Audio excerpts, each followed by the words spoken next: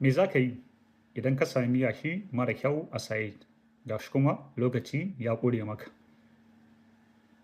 Ba mu da lokaci, ba time, lokaci ya ƙure, ga shi yashin ba shi da kyau.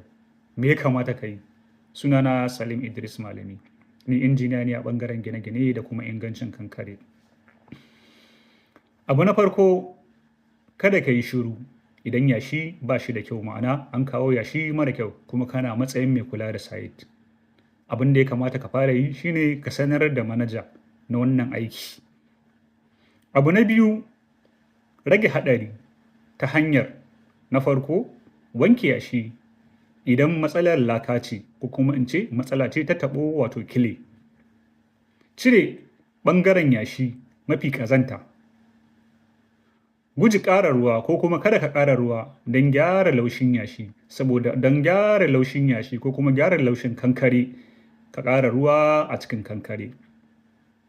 Abu na uku, daidaita haɗin cikin hankali. Na farko shine ta hanyar rage water cement ratio. Yin amfani da admixture wato sinadaran da muka bayyana a baya wanda yake canja yanayin kankare ba tare da ƙara ruwa ba.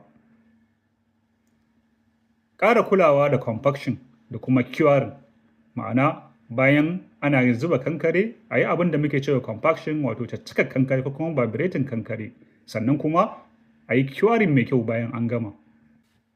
Abu na hudu shine ƙara kariya, ma'ana ƙara lokacin ban ruwa, ma'ana a ƙara lokaci ko kuma a ɗau lokaci mai yawa kamar yadda na bayyana wajen curing.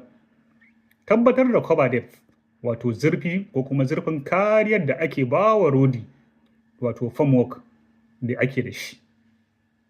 Yin gwaji da wuri yayin wannan aiki, gwada workability da kuma ɗaukan sample don yin ko kuma ɓangare na wannan kankare don yin compressive strength wato gwajin ƙarfi. Abu na biyar, rubuta duk abin da ka yi, ma'ana duk abin da aka samu a site ya zama kayi recording ɗinsa.